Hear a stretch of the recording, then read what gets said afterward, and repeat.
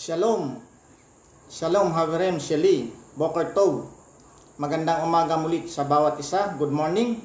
Tayo muli ay nandito sa ating pagbabasa ng Biblia at pagmimensahe sa umagang ito sa ating pong Sunday Worship Service online. Tayo po ay nagpapasalamat na makarinig ng kanyang mga salita. Sa umagang po to, ang ating pong mensahe sa umagang ito ay the gospel of our salvation is all by revelation, God's revelation. Be thankful and be humble. That is in Matthew chapter 16, verse 13 to 20. Bago po pumasok ang mga tao for the live message, let me take this opportunity to present to you the gospel. Ano ba yung gospel of our salvation? It is the good news, Ebanghelyo, Euangelio, good news, good message. Ang good news po is about Jesus Christ, the crucifixion of Jesus Christ. It is the work and person of Jesus Christ. Pero bago po natin ma-appreciate yung work and person of Jesus Christ, dapat malaman po natin kung ano po ang ating situation. Ang dalawang premise po ay God is holy. Ang sabi sa Isaiah 6, God is holy. Siya ay mataas, malayo sa atin, hindi natin siya kayang abutin. At ang ating kasalanan ay naghihiwalay sa atin. Pag sinabi mong holy, wala pong kasalanan na makakalapit sa Kanya. But ang Bible ay nagsabi na we all have sinned and fall short of the glory of God. So, ang nature po natin, because of the fall of man, we're all by nature sinners.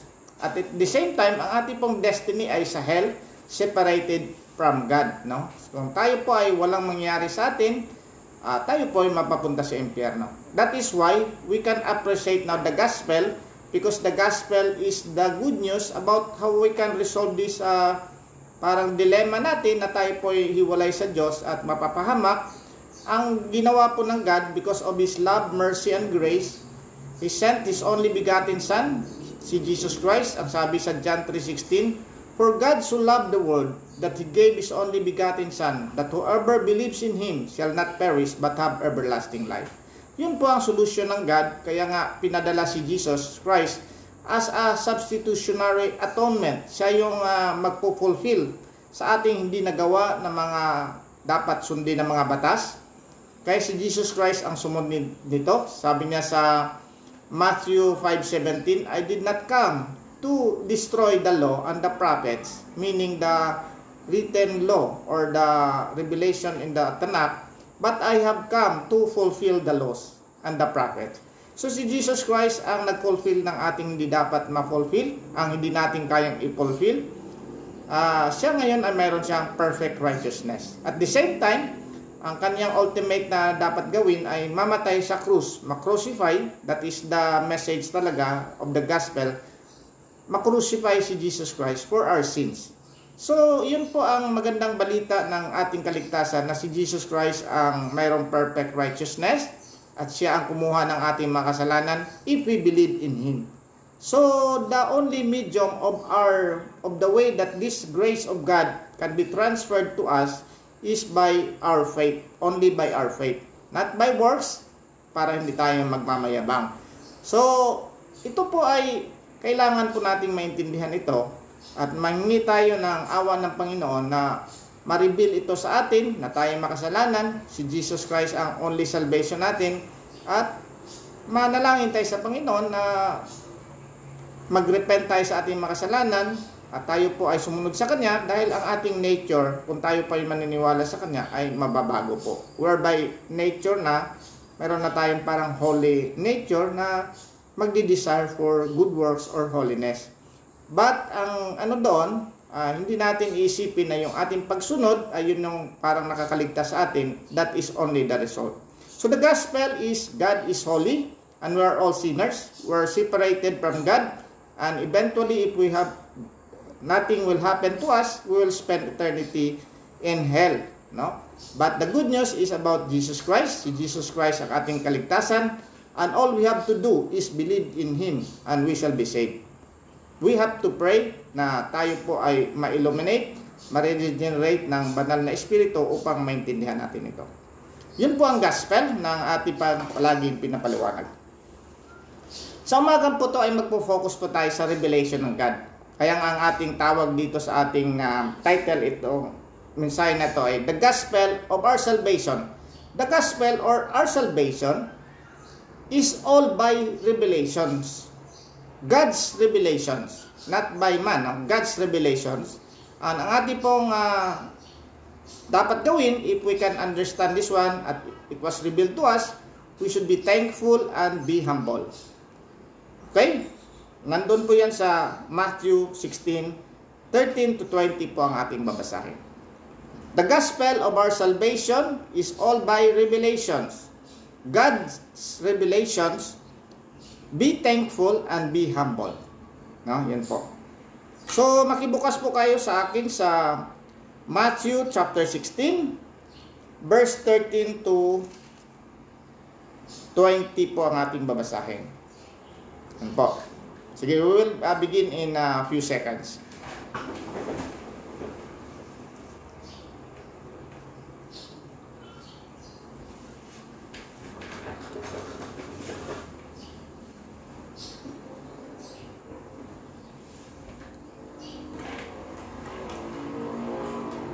Okay?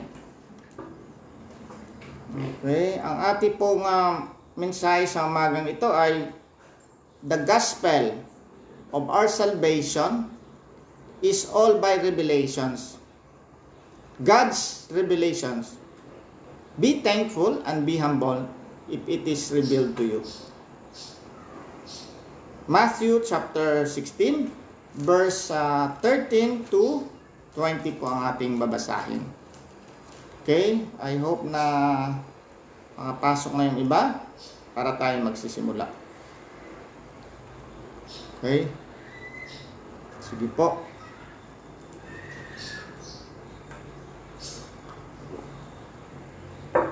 Okay, let us begin. Boker Tov, magandang umaga sa inyong lahat. Good morning. Tayo ay muling nagpapasalamat sa Panginoon na tayo po ay binigyan ng pagkakataon na makarinig ng kanyang mga salita sa diretsong pagbabasa ng Biblia, at the same time sa isang mensahe sa umagang ito na pinamagatan nating The Gospel of Our Salvation is all by revelations. God's revelation. Be thankful and be humble if it is revealed to you. Okay, ang ating pong babasahin ay nasa Matthew 16 verse 13 to 20. Ito po yung account ng paano po na-reveal sa kay Peter at sa ibang mga alagad kung sino si Jesus Christ. Okay? Verse 13. When Jesus came into the region of Caesarea Philippi, he asked his disciples saying, "Who do men say that I, the Son of Man, am?" Verse 14, so they said, some say John the Baptist, some Elijah, and other Jeremiah, or one of the prophets. He said to them, but who do you say that I am? Simon Peter answered and said, you are the Christ, the Son of the living God. Jesus answered and said to him, blessed are you, Simon Bar-Jonah, for flesh and blood has not revealed this to you, but my Father who is in heaven.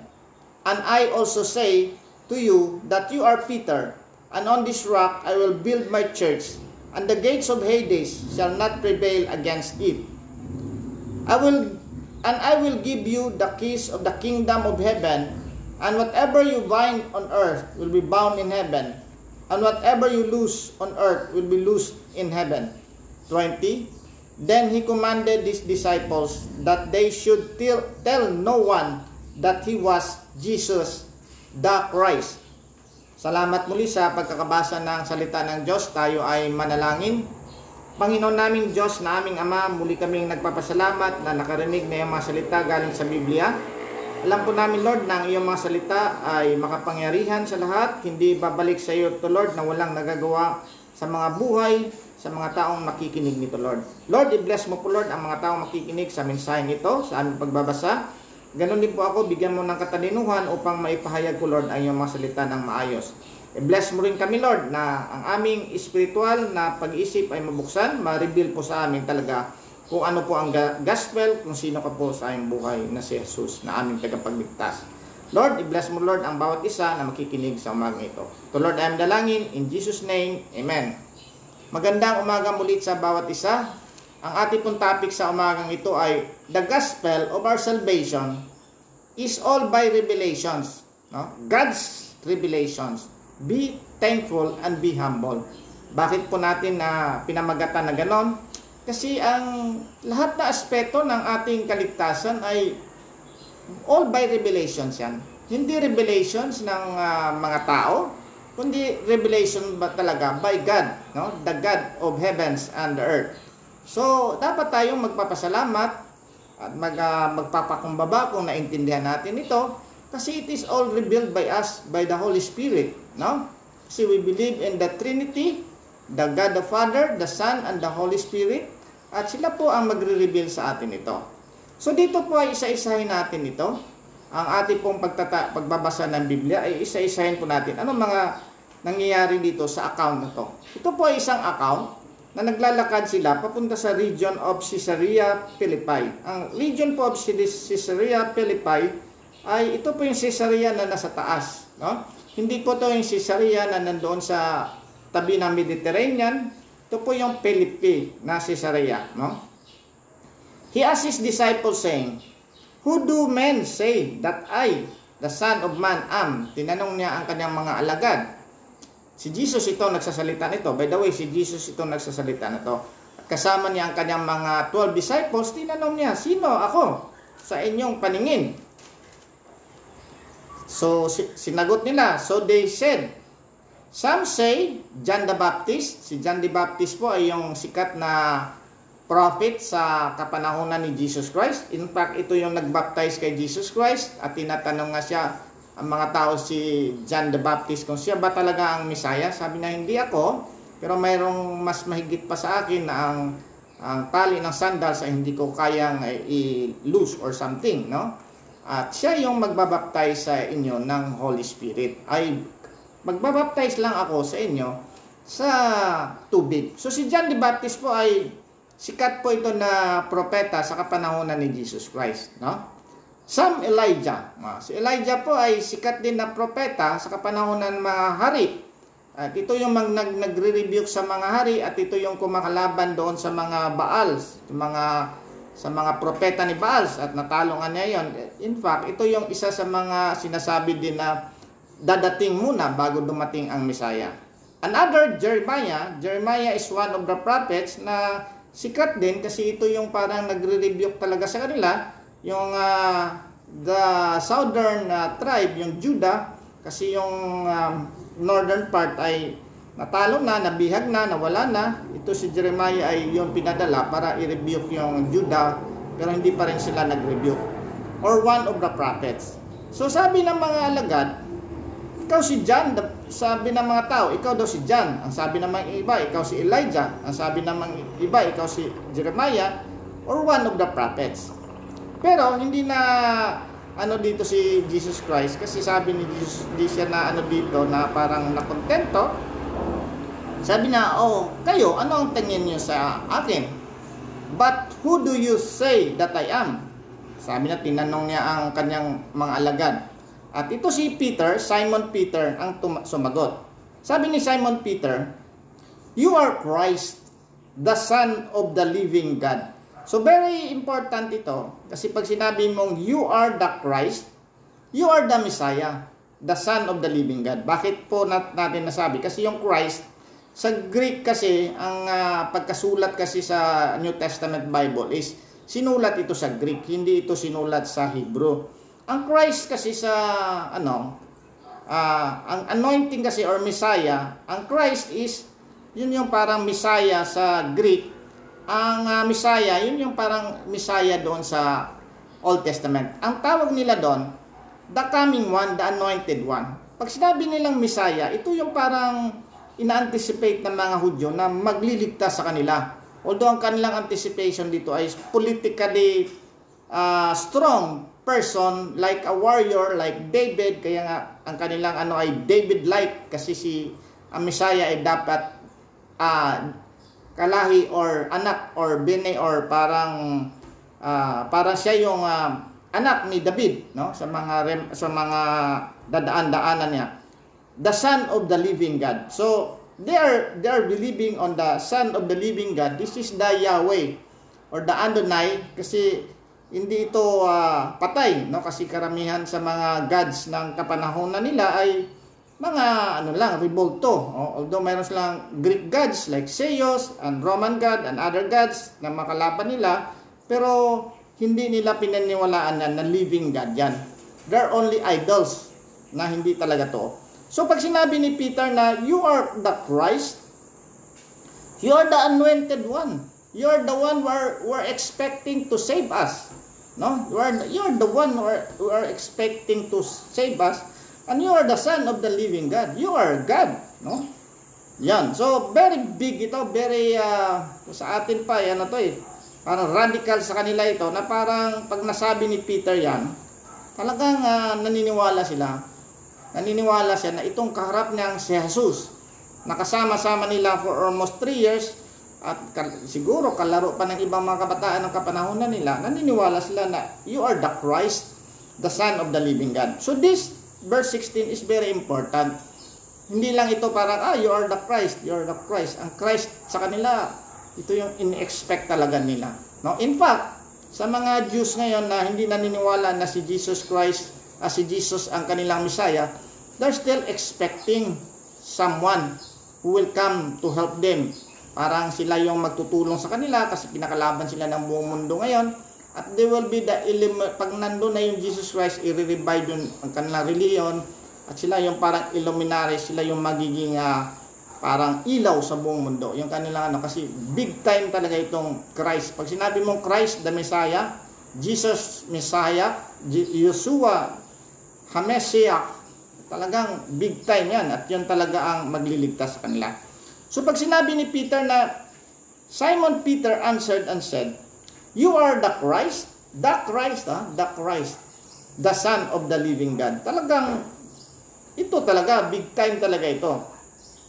Anong sinagot ni Jesus Christ?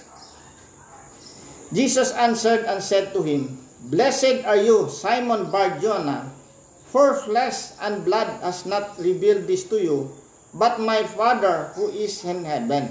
So, hindi ni-rebuke ni Jesus Christ na hindi totoo yan, Simon. Ang sabi niya, blessed are you, Simon Bar-Jonah, for flesh and blood has not revealed this to you, but my Father who is in heaven. In fact, ito yung ating pinaka-verse sa ating title ngayon, kasi the gospel of our salvation is all by revelations. God's revelation. Hindi ito revelation ng katalinuhan ng isang preacher, katalinuhan ng isang rabbi, katalinuhan ng isang minister, na ako, kaya kong buksan ang inyong mga sarili. Kaya kong buksan ang inyong mga spiritual na pag-isip kasi magaling ako magsalita. At mayroon nga akong naisip na kung kaya ko lang makinig lang siya sa akin ay maboborn again ko siya. Hindi po totoo yan. Wala pong makaka-born again sa atin. Wala pong makapag-regenerate sa atin. Wala pong makakabukas ng ating spiritual na pag-isip kung hindi ito bubuksan ng the Father, ng ating God talaga. So, pag sinabi ni Jesus Christ, blessed are you, Simon Bar-Jonah, for flesh and blood. Ibig sabihin ng flesh and blood, hindi ito galing sa tao, hindi galing sa isang magaling na magsasalita, propeta, at ikaw ay nabubuksan. In fact, dito sa kanila na propeta ka, hindi po okay na si Jesus Christ lamang ay propeta. Kasi marami po ngayon naniniwala na si Jesus Christ ay propeta. In fact, the Muslim believe na one of their prophets is Jesus Christ. So, that is not the correct gospel. Ang correct gospel talaga ay, you are the Son, you are the Christ. Yun talaga, you are the Christ, the Son of the living God. So sabi ni Jesus Christ, blessed are you, Simon Bar-Jonah, referring to Peter, for flesh and blood has not revealed this to you, but my Father in heaven. So, kailangan natin magpapasalamat kung na-reveal talaga kay Peter at sa atin din na nakikinig sa umagang ito, blessed are you, for flesh and blood has not revealed this to you, but my Father is in heaven. Hindi ito galing sa iyong matalino ka, hindi galing ito kasi gumawa ka ng mabuti, na-reveal sa iyo, hindi galing sa magagaling na mga preachers, hindi galing sa mga magagaling na tagapagsalita, hindi galing na palagi kang nagbabasa ng Biblia, although nakakatulong yan kasi sabi naman ng Biblia, faith comes by hearing and hearing by the word of God. So, yun ang isang paraan, but pagbubukas talaga ay talagang by God talaga yan. Kaya nga sabi ni Jesus Christ doon kay Nicodemus, you must be born again. Unless a man is born again, he cannot see the kingdom of God. Sabi ni Nicodemus, paano yun? Ang inisip ni Nicodemus ay para mga physical na bagay. Pero ang sabi ni Jesus Christ, unless a man is born of water and spirit, he cannot enter the kingdom of God. Sabi ni Jesus Christ, what is born of flesh is flesh. What is born of spirit. Ang sabi nga ng pagka-explain ni Charles Haddon Spurgeon dito, pag ipinanganak ka lang sa flesh, kung ano lang level ng pag-iisip mo, ganun lang.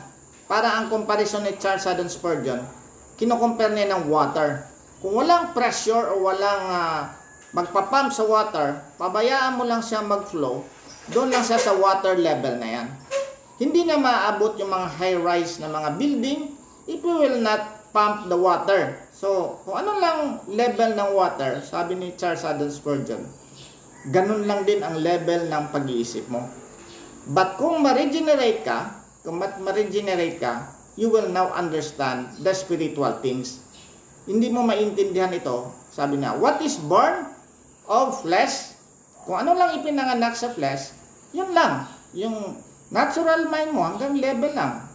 Yan, level lang ng filosofiya, level lang ng mga nature, pero hindi mo maabot yung spiritual life. Kaya sabi ni Jesus Christ ito, blessed are you, Simon Bar-Jonah, for flesh and blood has not revealed this to you, but my Father who is in heaven. So, number 1, dito po ay in-account po na si Peter po ay nandito, nakita sa atin, na ang ating salvation, ang ating pagkakaunawa ng gospel, hindi natin kaya sa sariling kakayahan, but by the revelations of God. It is all by revelations. Not by revelations of man, not by explanation of man, not by good thinking, philosophy, but by God's revelation. Yun ang una po nating titingnan. Number 2, kung tayo po ay mayroon ng revelations, we should always highlight the work of Jesus Christ and spiritual things.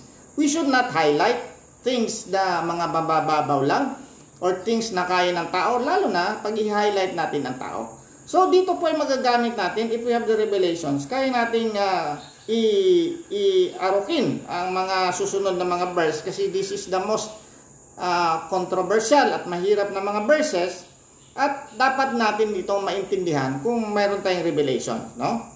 Sabi dito, and I also say to you that you are Peter, and on this rock I will build my church, and the gates of Hades shall not prevail against it. So, marami pong nagdi-discuss nito. Ang sabi ni Jesus Christ, and I say to you that you are Peter. You are a small rock, Peter. You are a small rock.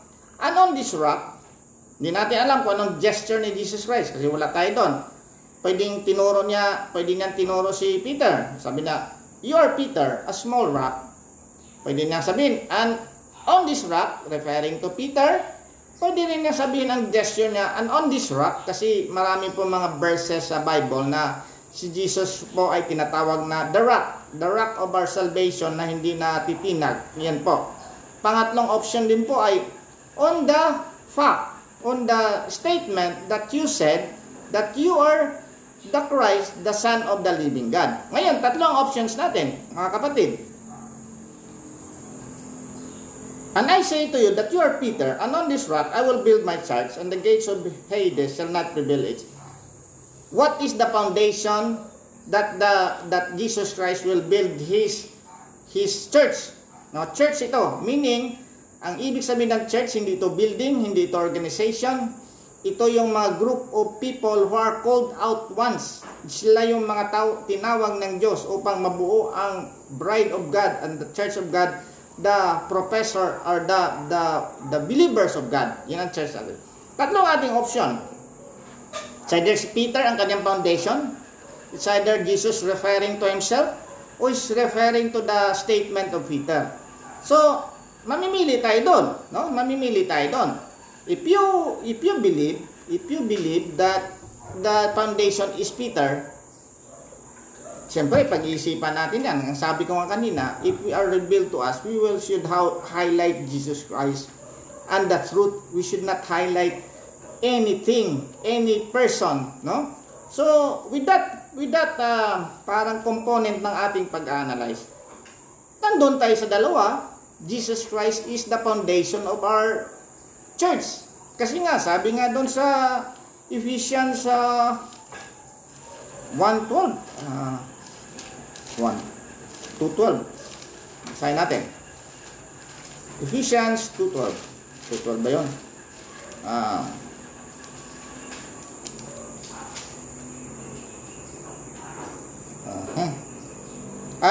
2:19. Now therefore you are no longer strangers and foreigners, but fellow citizens with having been built on the foundation of the apostles and prophets, Jesus Christ himself being the chief cornerstone, in whom the whole building being fitted together grows into a holy temple in the Lord, in whom you also are being built together for a dwelling place of God in the Spirit. So ang ating foundation po ay the apostle and the prophets, and Jesus Christ himself being the cornerstone. So, yes, Peter is one of the apostles, but sabi dito, we should build the foundation, 20 ng chapter 2 ng Ephesians, having been built on the foundation of the apostles and the prophets, Jesus Christ himself being the chief cornerstone, in whom the whole building being fitted together grows into a holy temple in the Lord, in whom you also are being built together for a dwelling place of God in the Spirit.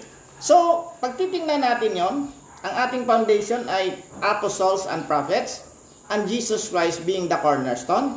So, although kasama si Peter doon, but he is only one of the apostles. We should not rely on Peter alone. We should rely on all the apostles and the prophets. And number one talaga is Jesus Christ being the cornerstone. So, if we rely on God's revelation, makikita natin na although kasama si Peter doon, pero ang emphasis on this rock, meaning on Jesus Christ, and the truth that He is the Christ, the Son of the living God. And I will give you the keys of the kingdom of heaven, and whatever you bind on earth will be bound in heaven, and whatever you loose on earth will be loosed in heaven. No? Sabi ko nga sa ating pag-analyze, God is revealed to you not by yourself, not by talino mo.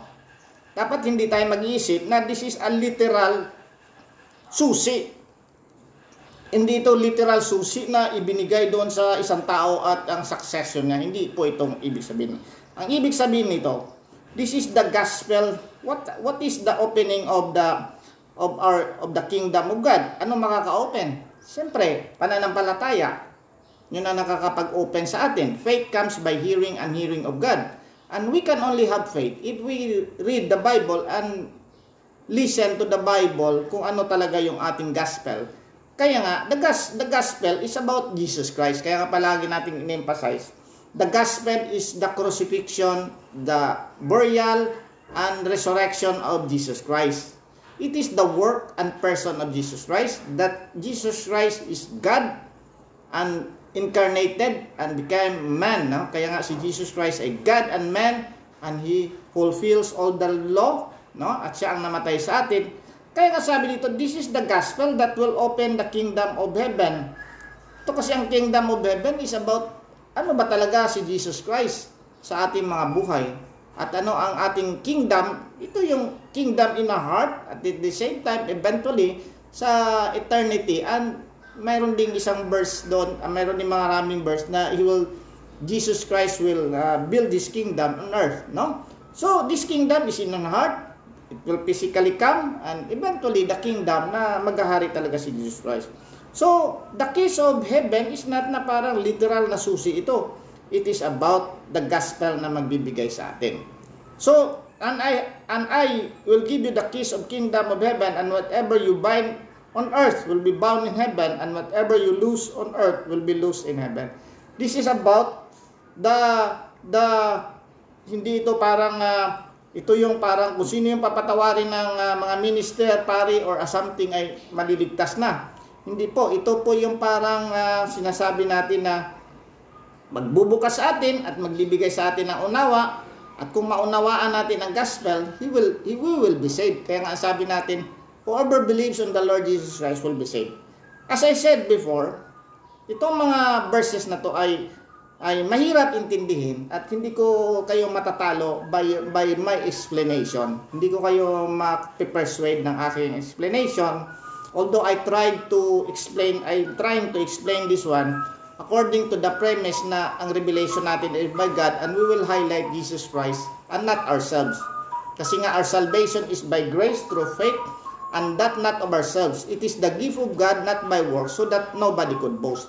So with that way, dapat ibaling natin ang ating pananaw kay Jesus Christ, that He is the foundation of our church, at ang ating gagawin ay mag-present sa gospel kasi yun yung makakabukas na mga puso at isipan. But sinabi ko nga, hindi ko kayo mako-convince. Only God can convince you. Wala tayong dito pagtatalunan kung hindi tayo maniniwala doon kasi kanya-kanya ang ating paniwala, and I hope that God will open our heart and mind, that we will understand that Jesus is the key to our salvation. So, dito tayo sa verse 20, ang ating last po, that He commanded His disciples that they should tell no one that He was Christ, Jesus the Christ. Bakit po sinabi ni Jesus Christ na huwag niyo munang sabihin na ako ang Christ na Messiah na dadating, na dumating na? Bakit? Ang ibig sabihin nito ni Jesus Christ, my ministry here on earth, my mission here on earth, hindi pa tapos. Ang inyong nakikita sa akin ngayon ay mga paano ko pinapagaling ang mga tao, paano ko binuhay ang mga tao, paano ko pinagaling, paano ko pinrich. Hindi pa yan complete. Kasi ang completeness po of Jesus Christ's mission on earth is He will die on the cross. Hindi pa siya namatay dito. Kaya nga sabi niya dito, sabi ng mga great commentators, pag sinabi ng mga alagad na this is the Christ, they will have a half gospel. They will understand only the half gospel.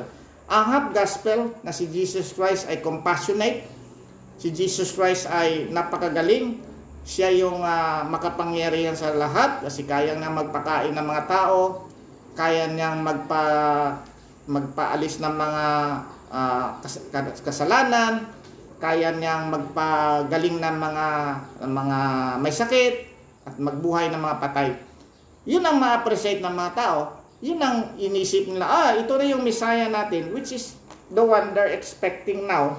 Kasi yun nga ang kanilang expectation ng mga Jews ngayon, na mayroong isang magaling na tao, magkakaroon kami ng world peace, ibabalik yung buong angka namin, the 12 tribes of Israel dito, kami ay magiging tanyag at kami ay magiging ilaw ng buong mundo at lalapit ang buong mundo sa amin. Yun ang in-expect nila na Messiah. But sabi ni Jesus Christ, malinaw doon sa 12, sa Lucas, nung kausap niya yung the road of Emmaus, hindi nyo ba alam na Jesus, that the Messiah should be crucified first? Nandun sa bandang huli ng Lucas, the road to Emmaus. O foolish ones, sa 25 ng 24 ng Lucas, O foolish ones and slow of heart to believe in all that the prophets have spoken. Verse 26 ng chapter 24 ng Luke, ought not the Christ to have suffered these things and to enter into His glory? Di ba dapat mamatay muna si Jesus Christ at mag-suffer siya? And beginning at Moses and all the prophets, He explained and expounded the scripture. So ibig sabihin, kung sasabihin nyo ngayon sa mga alagad, kung sasabihin ng mga alagad ngayon, ito na ang ating Messiah, ngalandakan nila, ito na ang Messiah, magaling, papagaling ng mga may sakit, Yun, hindi maintindihan talaga na dapat mag-suffer yung Messiah, mamatay doon sa cross. In fact, yun sa mga ibang mga preacher ngayon na ang ini-emphasize lamang, nagpapagaling. Kung ikaw ay isang Kristiyano, kaya mo magpagaling, kaya kang puprovide ng Panginoon ng mga pangailangan mo, pero hindi ini-explain na you will die in your sins. If you will not receive Jesus Christ, the Christ crucified, you will die in your sins. So, sa ating pong pag-uusapan ngayon ay the gospel of our salvation is all by revelations, mga kapatid. God's revelation. In-explain natin yung ilang component ng ating gospel. All of those component, lagay natin na 4 na component. Ang 4 na component ay God is holy. No? God is holy. We're all sinners. Jesus Christ died for our sins. Siya yung ating mediator and Savior. And number 4, dapat nating gawin ay nabago na tayo, kaya dapat tayong mag-ayos sa ating mga buhay. Doon sa number 1, God is holy. It is all by revelations. Hanggang hindi natin maintindihan talaga na ang God natin ay holy, napakataas, hindi tayo makarating sa Kanya, mali ang ating gospel. Mali ang ating gospel. Mali ang ating pagkakaunawa ng ating gospel kasi ang ating pag-iisip sa God ngayon, bababaan natin ang Kanyang righteousness. Sabihin natin, mabait naman yung God, mabait naman siya, parang i-allow niya yung mga kasalanan natin dito, kasi mabait naman siya. God is good, God is love. Pero we do not know the one aspect na God is wrath and God is righteous, na pag talagang kayo makasalanan kayo, walang mangyayari sa inyo, mapaparusahan talaga kayo. Papatawan ko kayo ng aking parusa. At pinakita niya yan kay Jesus Christ, na sinabi nga ni Jesus Christ, my God, why have you forsaken me? Eli, Eli, labaktani, no? Ibig sabihin, why have you forsaken me? Kasi nung nakita ng God na nandoon na yung mga kasalanan ng mga taong nag-believe kay Jesus Christ, hinataw na si Jesus Christ because He is righteous. Dapat may maparusahan. So, dapat ma-reveal sa atin na God is very holy. Hindi natin kayang abutin ang Kanyang righteousness with our righteousness. Number 2, we are all sinners. Sabi nga ng Biblia, for all have sinned and fall short of the glory of God. Dapat ma-reveal sa atin na we are all sinners. Anong nangyari sa atin when the fall of man? Sabi, we're all by nature sinners. Sabi sa 5:12 ng Romans, at sabi ng 5:18 ng Romans, sabi dito sa Romans 5:12,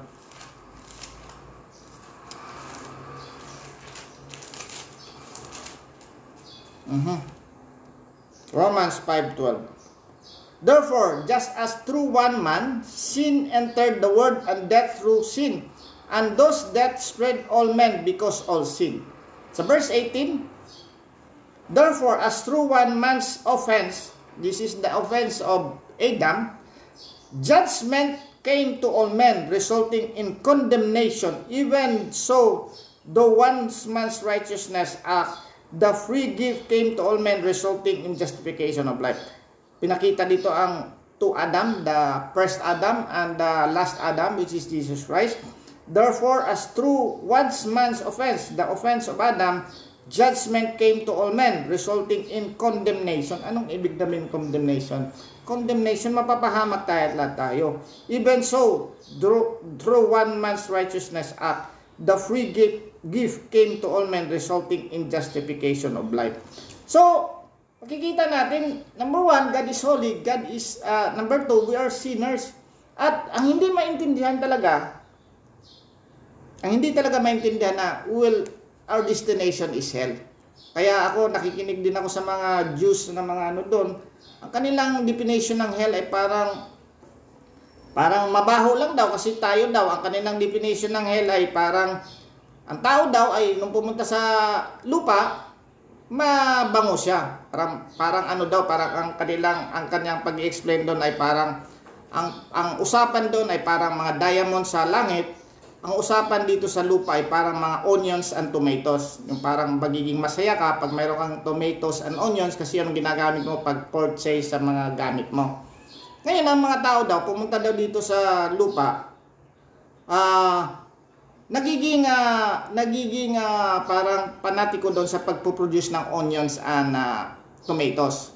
Ngayon, nung bumalik na yung tao doon sa heaven, nung namatay na siya, kasi nagko-concentrate siya doon sa onions and tomatoes daw, siya ay mabaho ngayon. At pagdating daw doon niya sa heaven, pagdating daw niyang soul niya doon sa kabilang buhay, ang sabi ng rabbi na to, yun daw ang hell. Kasi ang tingin ng mga tao doon, sa mga ibang soul doon, sa bagong soul na dumating, ay mabaho ng tomatoes and onions. Kaya mayroon lang daw 12 months na ma-purify yon, at after 12 months daw, maging mabango na rin siya. Sabi ko, kung 12 months lang ang aking pagsisihan doon, paghihirapan doon sa hell na yan, okay na sa akin ng 12 months.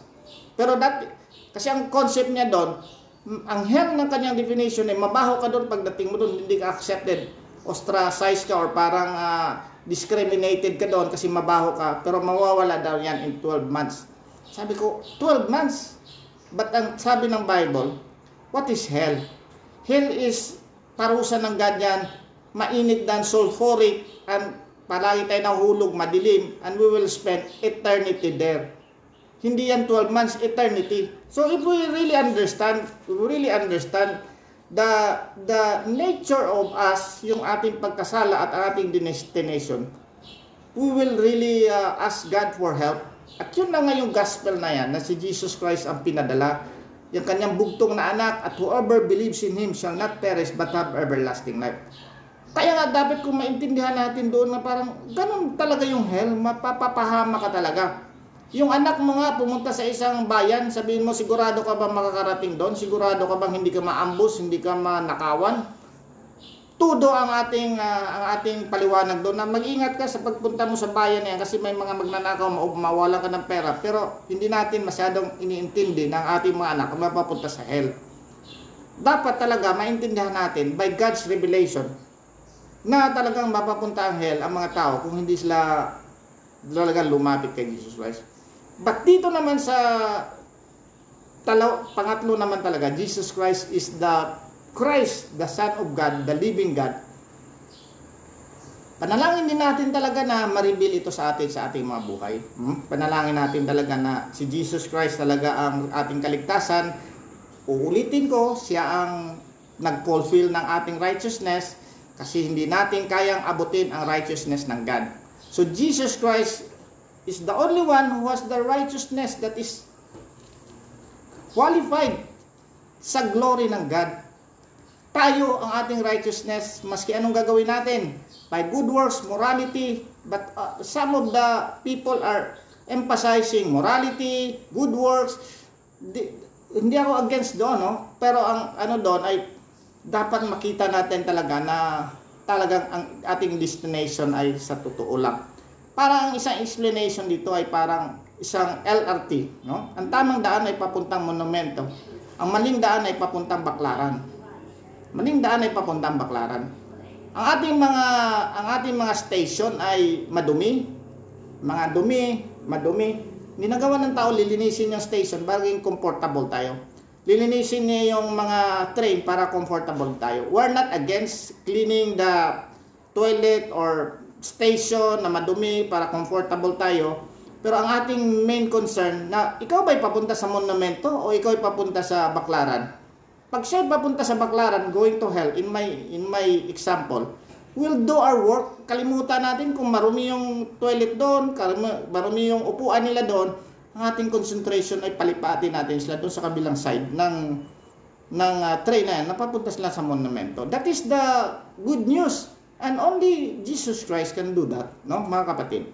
At ang pangapat po ay what will happen to us? Siyempre, tayo po ay na-regenerate, tayo na bago na, binigyan tayo ng imputed righteousness. Yun ang ating parang passport natin yan or visa natin yan. We're now having the righteousness of God.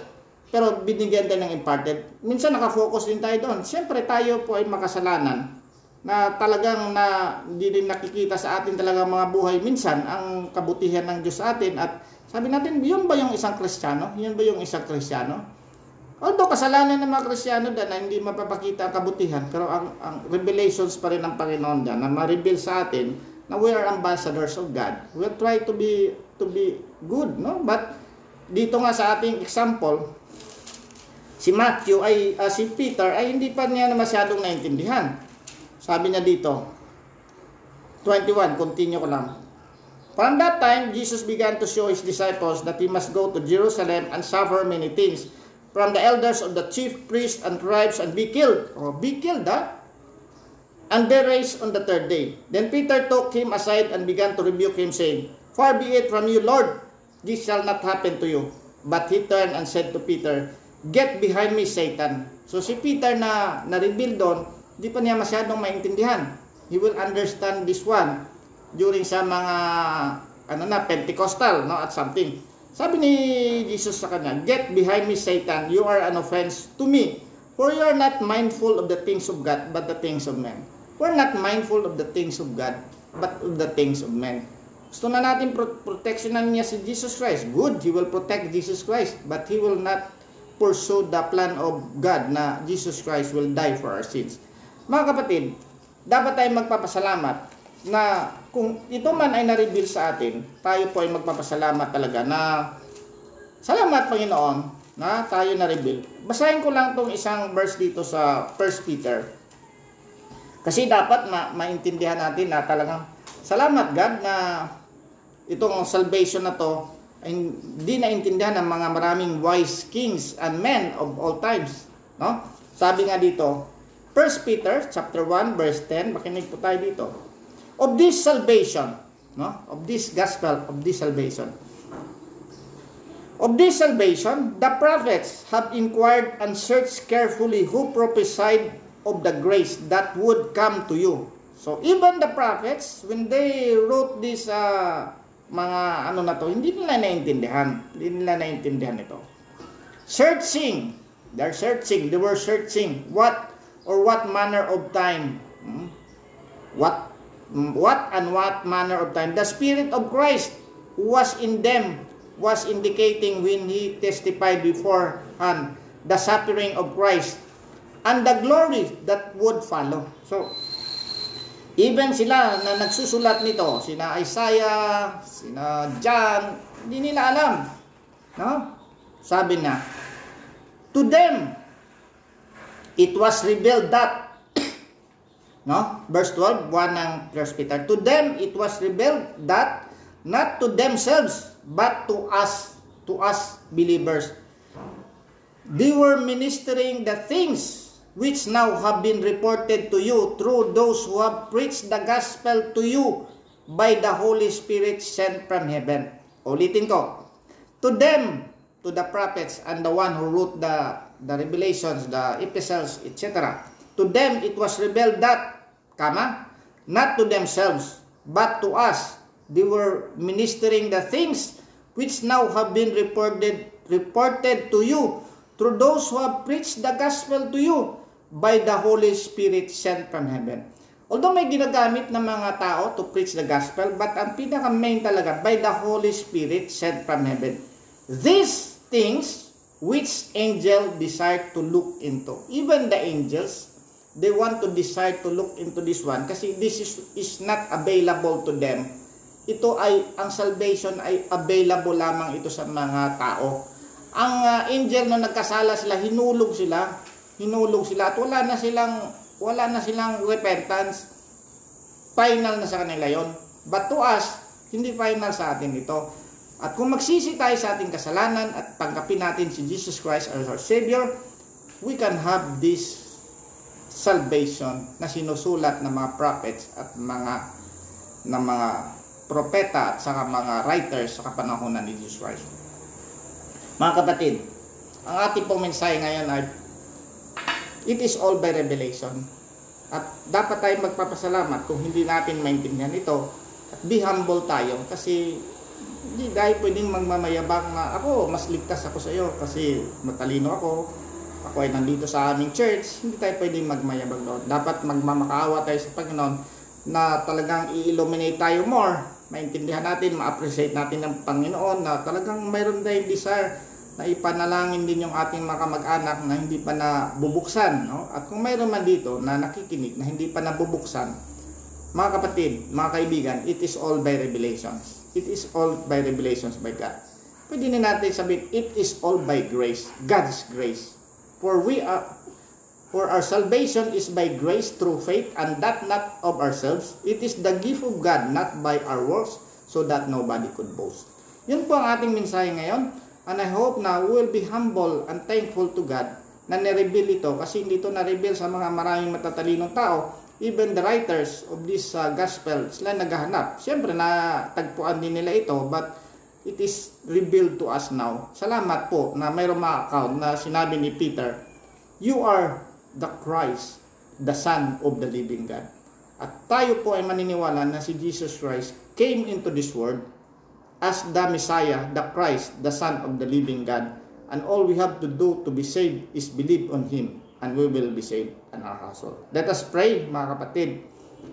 Panginoon naming Diyos na aming Ama, kami ay nagpapasalamat, Lord, sa mga salita na galing sa Biblia. Alam po namin na hindi namin to kaya sa aming sariling katalinuhan, sa aming kakayahan o anumang aming representasyon sa aming buhay kung paano namin i-represent o i-present ang gospel. At ito po, Lord, ay galing lamang sa iyo, the Holy Spirit, who will reveal it to us, to our sinners, Lord. Lord, patuloy na pinapalagi na more revelation po sa amin, doon sa hindi pa nakakilala sa iyo. Sila din po, Lord, ay ma-reveal po ang iyong kadakilaan, na sila din po ay kaming katulad ng aming lahat ng mga tao. Kami ay makasalanan. Kailangan namin ng salvation na galing sa iyo. Salamat, Lord, sa salvation na binigay mo sa amin. Salamat, Lord, sa revelation. Ito, Lord, ay aming dalangin sa pangalan ni Jesus, aming Panginoon at tagapagligtas. Amen. God bless po.